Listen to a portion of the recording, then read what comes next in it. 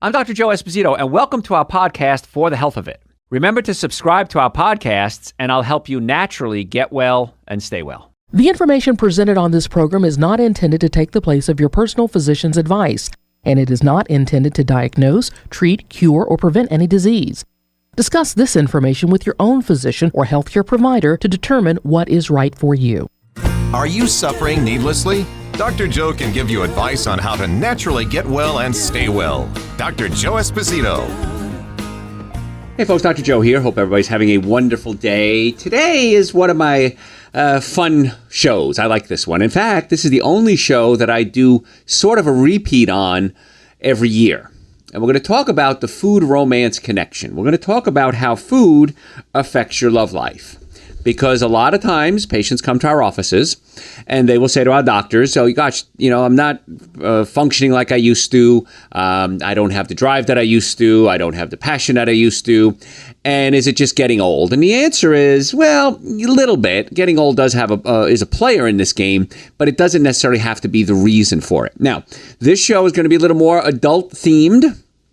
So if there's children you'd rather not hear, I'm going to keep it clean, don't worry.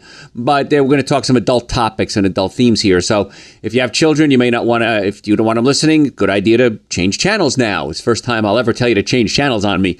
But I want to make sure you know what you're getting into here. So very, very clear on that. So we're going to talk about the food-romance connection, how what you eat has a direct impact on your love life. And it's not just a romantic love life we're talking about. It's your relationships. And maybe not with someone you necessarily have a romantic love for, but what about your family? What about your coworkers? What about your children? What about your animals? What about you? Wouldn't it be nice to feel good about yourself? So many times patients come to our offices and they have that, doc, I just don't feel good about myself. I'm not happy. And, my job stinks and my life stinks and my friends stink. And so we talk a little bit about that. And they say, well, what's changed? I ask them what's changed, or my doctors do. And nothing's changed. Something has gone on recently that's affecting them. And many, many times what that is their body is not chemically balanced or physically balanced. And when we get somebody healthy, it's amazing what happens to their lives. And so we're going to talk about what you need to do to have a healthy, when I say love life, not just a romantic love life, but love of yourself, love of friends, love of job, whatever it is. So let's think about for a second, if I was going to ask you, what would you consider to be a romantic dinner? And right away, visions pop up in your head. Mine does. And you would probably picture a Hollywood movie set in a restaurant somewhere where they have candlelight and the couple's holding hands across the table, and maybe there's some soft music playing. A couple of things in there are good. A couple of things about that are not good. Even the candlelight. We'll talk about that in a second. Candlelight's good. The candle itself may not be. So we order. And what are we going to order? Maybe we'll have some oysters because we heard oysters are an aphrodisiac, right? So we're going to have oysters as an appetizer. And then maybe steak and lobster because that sounds like a real romantic dinner, right? It's expensive and it tastes great and it must be very romantic. And of course, you have to have what? Wine. Wine has to be part of this dinner. Maybe a nice dessert, maybe some cheesecake or something like that, a cup of coffee. And so there's a lot of things that we would consider to be romantic, and just about everything I said in the past 30 seconds will knock the steam out of your engine. We'll keep it clean here. So let's go through what you would consider a romantic meal and why it's not good for your love life. So we'll start with the steak and lobster. Well, we'll start with you. Well, we're going to go to oysters in a second. We're going to cover that a little later. But oysters, not a good idea. They're high in zinc. I'll give you a little preview here. They are high in zinc, which is good for your prostate, gentlemen. However, oysters are bottom dwellers, and they eat dirt, and they filter out junk, and they're usually high in mercury and lead and other toxic chemicals. And it's one of the most acid foods you can eat. And we're going to cover acid and alkaline throughout the lecture here today, or show today, I guess. Not a lecture, because you're not here. I guess it could be a lecture, though, right? Well, we would call it a podcast. We could be a lecture. They do internet teaching now, so I guess this could be a lecture. And oyster's not a good choice because if you put acid foods in your body, it's going to have an adverse effect on your health. It's going to rob your body of vital minerals that are necessary for normal function. Steak. Back to our steak and lobster. Both are very heavy proteins. Now, I'm a vegan. I've been a vegan for about 32, 33 years now. And the number one question we vegans get, and it's so ridiculous. I guess I take that back. It's not ridiculous if you don't know the answer.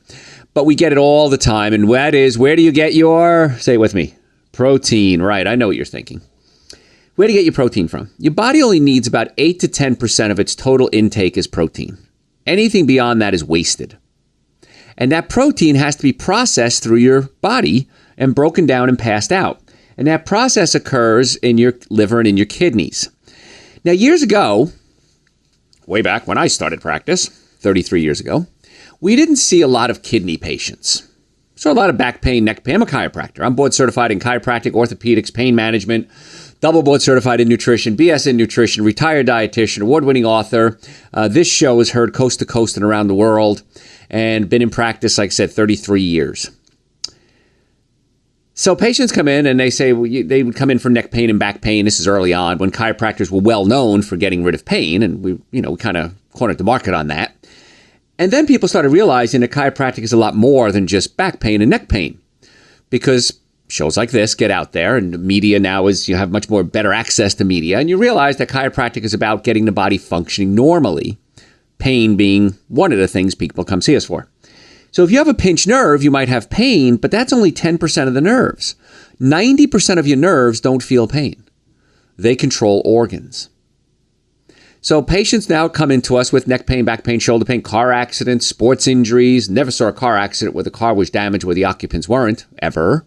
So if you've ever been in a car accident, you need to get it fixed, promise you. But now people getting that chiropractic is about getting the body healthy. And so more and more patients are coming to us with things like digestive problems, kidney issues, heart issues, blood pressure issues. And while technically we don't treat the disease, we treat your body to help it get well so it can treat the disease. And so I didn't see a lot of kidney patients, but now I do. And every single one that comes in has a horrible, high-protein, animal-based diet. Everyone. Never had a plant-based eater come in with kidney problems. So they realized that, wow, if I have a pinched nerve going to my kidney, it can affect my kidney or any organ, heart, lungs, liver, spleen, prostate, and romantic organs. We're going to cover this too. Because if you have a pinched nerve going to your reproductive organs, the brain probably can't tell them to work properly, and they can't work properly. And so oftentimes people come to us with romantic issues, physical romantic issues, and it's a pinched nerve preventing normal function. But I digress. Back to steak. So people eating a lot of high-protein, animal-based products rob the body of nutrients, specifically calcium, because these foods are acids. And when you put an acid in your body has to neutralize the acid. And the body uses calcium as its primary neutralizing agent. So you're sucking calcium out of your body to neutralize the acids. That's not good, is it? So we have to start thinking about that we're losing calcium every time we're eating a high acid diet. Now, calcium is necessary to relax muscles, to help blood pressure drop, and we need good blood supply, but we don't want high blood pressure either. So we have to start thinking about what we're doing to our bodies and the side effects of it. Also, animal products are loaded with a lot of steroids, hormones, chemicals, pesticides, herbicides, genetically modified food. The animals are fed in many cases, not every case. Organic doesn't have that. But most commercial products have that. So now you have to start thinking about that as well. That we're putting these chemicals in our body. A lot of these chemicals are estrogen-like compounds. Now, estrogen is the antagonist of testosterone. Testosterone is your hormone that's the love hormone. It makes you frisky, but it also helps build muscle. And not just biceps and tricep muscles. How about your heart? How about your digestive system? How about your blood vessels? So you don't want to be putting a lot of estrogen-like compounds into the body, and we'll cover that again when we talk about candles, surprisingly. So we got to be careful with that. And when it comes to energy, how many folks would just like more energy? I know a lot of people are exhausted all the time. I see that all the time with my patients. Oh, God, I'm tired, my friends, I'm exhausted. The number one consumer of energy that we have as humans is romance. The number two consumer of energy is digestion. Now, the problem is this. We're digesting food all day, every day, most of us, and that takes a lot of energy. The hardest food to digest is going to be an animal protein. That would be your oysters. That would be your steak. That would be your lobster. So if energy is an issue, and we just don't have the spring in our step like we used to, eating hard to digest foods like animal proteins are going to make it a lot harder to function in the romantic world because you're just going to be exhausted. Especially, it's usually at night. You go, oh, I'm tired. I want to go home. I want to go to sleep. What would life be like? A rhetorical question. What would life be like if you could actually go home from work and have energy to do things? Wouldn't that be cool? Well, a lot of you don't. And a lot of it has to do with what you're eating. So eating animal proteins may not be the best thing for you. Also, eating animal proteins oftentimes causes the food to putrefy. The proteins will putrefy in the colon, and they give off gases. Now, that's certainly a thrill killer if you're all gassy. So think about the foods that you're eating that are causing the gases, and you might want to consider avoiding those if romance is in the picture. Also, if you're eating a lot of saturated animal fats, which is what they are, they clump the red blood cells together. And when red blood cells clump together, they can't carry oxygen as well. And if you can't carry oxygen, you get tired. So maybe we want to consider staying away from these foods as well because it's going to help give us a little more energy. Following? So there's several things you can do by not doing something that'll help your love life. Again, we're just getting started here, folks. If you fry the meats, let's assume you have fried lobster. Well, lobster, first of all, loaded with cholesterol. Animal, steak, yes, lobster loaded with cholesterol. And we know that cholesterol, when it gets into the body, can be bad. And new research is showing that cholesterol, if it gets into the brain, can actually oxidize and may contribute to things like Alzheimer's and memory loss. Now, as a chiropractor, I'm very worried about your brain. I don't think I've ever done a lecture where I didn't talk about the brain, because your brain controls everything. And your brain sends messages down your spine, out your nerves to every cell in the body. The heart, the lungs, the liver, the spleen, the kidneys, the gallbladder, the romantic organs. And if you're eating a lot of cholesterol, we're finding now that cholesterol can get into the brain. It passes what's called the blood-brain barrier. And that cholesterol can oxidize or essentially rot or go bad. And those oxidized fats give off free radicals. And free radicals can start attacking the brain. And that's not good. Excuse me, got excited there. So eating a high cholesterol diet not only is bad for your liver and raising your cholesterol levels, but now we're finding out it can actually affect your brain. So maybe we want to avoid these foods. And also, lobster's a bottom dweller like the oyster. So it's going to be loaded with things like mercury and lead and other toxic chemicals in most cases. And if you fry it, you create hydrogenated or trans fats. And those trans fats are very dangerous for the body as well. They can lead to things like heart disease, which can not good if you're thinking about romance. So once again, I'm kind of tearing apart your romantic dinner, and I'm sorry about that, but I got to tell you the truth. It just is what it is. Also, talk about this for a second, because this is a topic that comes up all the time, is bad breath. So there's really three causes of bad breath, three major causes. Number one is you didn't brush your teeth. You didn't brush your teeth. That's one issue. Number two is you have a rotten tooth. And that has a distinct smell to it. A distinct rotten smell to it.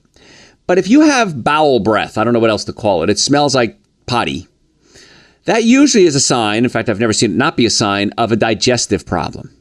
The digestive system is not breaking down foods properly and the food is rotting in your colon. That's what makes it smell like potty. And then what happens is that food passes, the gases are released into the colon. Those gases get exchanged into the blood system.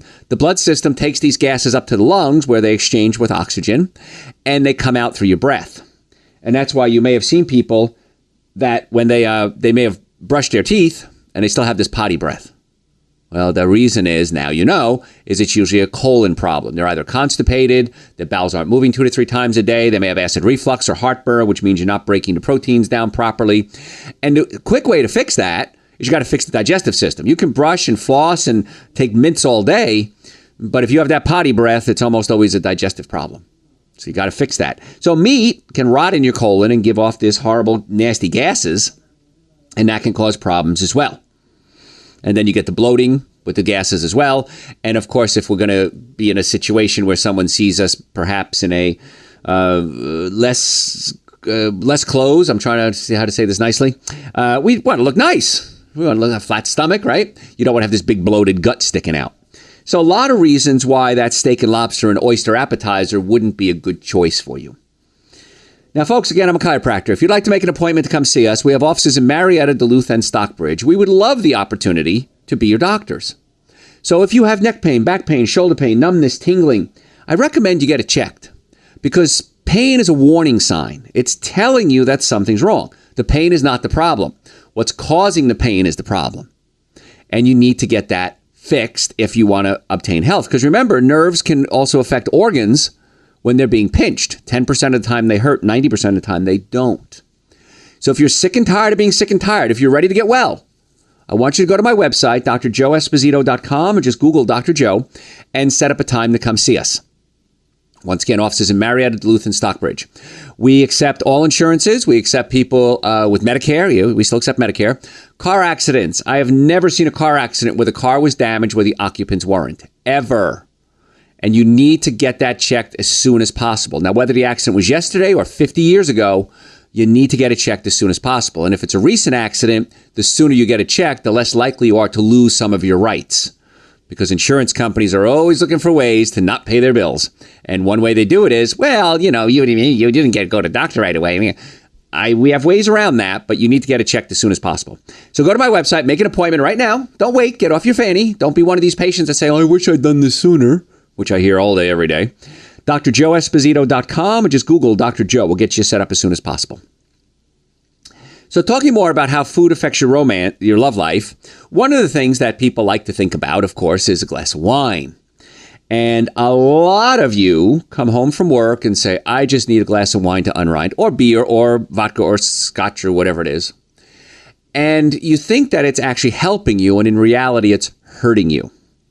So when it comes to romance, alcohol reduces your body's ability to produce testosterone.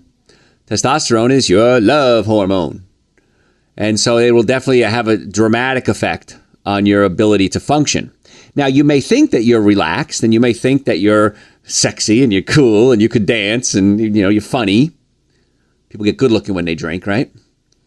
But in reality, it's adversely affecting your functionality. Trying to keep it family friendly here. Because alcohol lowers your testosterone. Also, alcohol is a diuretic. Diuretic means it makes you pee. So, did you ever notice this? You drink one beer, you pee out 3. Where those other 2 beers come from? Your body is giving up its own vital fluid to flush the alcohol out of the system. And in that case, you decrease your blood supply, your blood volume, I should say, because you're dehydrating yourself. And you need blood to function, both men and women, when it comes to romance. You need to have good blood supply. For, not just men, women as well. And so if you're dehydrating yourself and you're lowering your testosterone level and you're affecting brain function, it's not really a good choice. So I wouldn't recommend drinking if that's part of your plan. Once again, short term, you might think you're cool, and short term, you might get a little looser. However, long term, it's going to cause some real serious problems. And when I say long term, even moments leading up to and during, you're not going to be able to function the way you should. And you may make bad decisions. Anyone ever make bad decisions while under alcohol? I bet you have. And you probably regret them. Guess what? You're going to keep doing it if you don't stop doing it. So alcohol, not the drink of choice when it comes to romance, strangely enough. Let's continue on our dinner. We're having a romantic dinner. And maybe we're going to have a baked potato with some sour cream and butter. I like that. That sounds good. Well, the potato is complex carbs, which can give you energy, and complex carbs are also the precursor to one of the neurotransmitters in your brain called serotonin. Serotonin is the neurotransmitter that helps you calm down and focus. So if you're eating an organic baked potato, and I say organic because if it's grown underground and the soil is saturated with toxic chemicals, you may not want to do that. But if you're going to do an organic baked potato, probably not a bad idea. I said something nice? Yes, I did. So may be a good choice. Now, if you're going to slop on some butter and sour cream, that may not be the best thing because these animal fats are the building blocks for things like estrogen, which again is the antagonist to testosterone. So milk, mother's milk, what we make butter out of, or sour cream, cow's milk, is designed to feed baby cows. So it has a lot of growth hormone in it to make the cow grow. Well, most of us don't want to grow anymore, do we? Because we're not growing up, we're growing out. And I don't want to grow sideways. Not very sexy. So I would recommend staying away from the butter and the sour cream.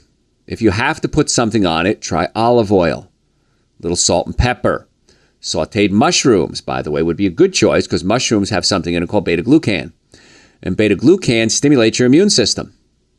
Because beta-glucan, which is found in mushrooms, it's also found in nutritional yeast, it's also found in oatmeal. The immune system recognizes beta-glucan and starts stimulating the production of immune cells and starts attacking the beta-glucan. Well, it's one of these things that actually is a good thing because it generally stimulates your immune system. It's not a specific, it's a general stimulation. And so now the immune system is functioning at a higher level, which can be good because, well, straight up with you, we got to be careful about infections for many reasons. And when it comes to romance, it's a real life thing out there. There's a lot of cooties running around out there. So it can help your immune system. So if you want to put some sauteed mushrooms on there, better choice. I'd stay away from the sauteed onions for a romantic dinner. It might give you bad breath and can cause gas. But the sauteed mushrooms might be a good call. Follow that? So that would be the way to eat your baked potato. If you exercise, that can be good. So getting exercise will increase your testosterone levels as well. And also the sour cream and butter, by the way, are going to clump your red blood cells together and prevent proper carrying of oxygen, which can adversely affect your life and your brain, and you need that oxygen. So it may not be a good choice at all. And many times commercial meats, unfortunately, I wish I didn't have to tell you this, but I do. A lot of commercial meats and dairy products are loaded with steroids and hormones, chemicals, pesticides, herbicides. They're fed genetically modified foods. So even though they're generally regarded as safe, it's called GRAS, generally regarded as safe, it doesn't mean that they're not going to have long-term side effects. And they do. And I've been talking on health and nutrition now for 35 years. And I know that the things I talk about will become mainstream. Just like being a plant-based diet. I was plant-based or vegan years before it was cool. And now you're seeing the biggest growth in grocery sales are in organic and plant-based foods. Why? Well, you're listening to my shows and other people like myself that are giving you really good advice and you're following it and you're realizing this is really the way to go, a plant-based diet. Now, if you're going to do animal products, I'll say it again, I don't. I wish you wouldn't, but I'm also a realist. So if you do, I recommend organic only. Organic meats, organic dairy products.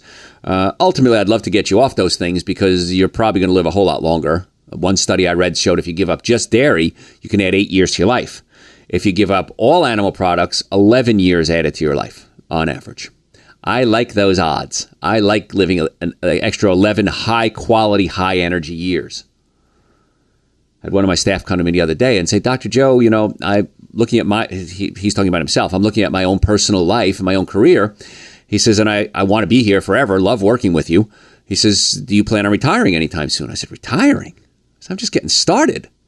And he looked at me, he says, good, I feel better now. I know I'm secure. And he is. He's the guy's a great worker and he's secure in his job. And it's real easy, by the way, if you want to secure yourself in a job, do your job. I hate to say that, but it really is that simple. If you do your job, chances are you'll be secure because people aren't doing their jobs, and God knows there's lots of them, those will go to the wayside. But I digress again. Continuing on. Oh, you know what? Let me cover this real quick. Can you die of a broken heart? I was going to do a whole show on this, actually, and I thought I'll just do a segment on it. There's actually a condition called, it's Takotsubo, Takotsubo, so Takotsubo cardiomyopathy. And what this is, it's when you're under stress, the stress overstimulates the vagus nerve, and the vagus nerve can cause pain in your chest and difficulty breathing and tightness. And when you overactivate the vagus nerve, because you're in what's called the sympathetic mode. There's two types of nerves in your body. One speeds you up, called the sympathetics, and one slows you down, called the parasympathetics. And so this Takotsubo cardiomyopathy is when you're overstressed, you're stuck in the sympathetic mode, and you actually have chest pains. It affects the anterior cingulate cortex in your brain, and it affects the left ventricle in your heart. It weakens the left ventricle. And so could you actually die of a broken heart? The answer is yes. And we're going to have to take a break pretty soon. When I come back, I'm going to talk about that a little bit more on what you can do if you do have a broken heart. And I would assume everyone listening has had a broken heart. Now, maybe from somebody breaking up with you, cheating on you, someone dying, losing your job, financial crisis. So there's a lot of reasons why you could have a broken heart, not just romance. But when that happens, this Takotsubo cardiomyopathy can be a real serious issue. We're going to talk about that when we come back. Now, folks, if you want to make an appointment to come see us, please go to my website, drjoeesposito.com, or just Google Dr. Joe, number one Dr. Joe in the world, and we will set you up a time to come see us. We have offices in Marietta, Duluth, and Stockbridge. We accept people with all insurances, no insurances, car accidents. Please, people, if you've been in a car accident, everyone in the car needs to come see us right away. Sports injuries, you want to get well, and you have to get the nervous system working, the digestive system working, and good nutrition. That's why I recommend everybody at least take Dr. Joe's Super Greens and Dr. Joe's Essential Source. The minimum amount of nutrients you should be taking every single day. They're 2 powders. If you don't know what they are, they're on my website, drjoeesposito.com, or just Google Dr. Joe, number one Dr. Joe in the world. Also available on Amazon. We have a whole list of supplements, a whole array of supplements, a whole line of supplements I've created. And if you would like to talk about that, I'm more than happy to do that when you come in for your appointment. So stop suffering needlessly. Go to my website, drjoeesposito.com, set up an appointment right now, because we want to help get you well and keep you well. Folks, thanks for listening. Tell your friends about the show. We're going to catch you next time. Thanks for listening to For the Health of It. Remember to subscribe to this podcast, and I'll help you naturally get well and stay well. You can also listen to and call into my radio show live Sunday evenings from 7 to 9 Eastern Time on WSBRadio.com and on the WSB Radio app.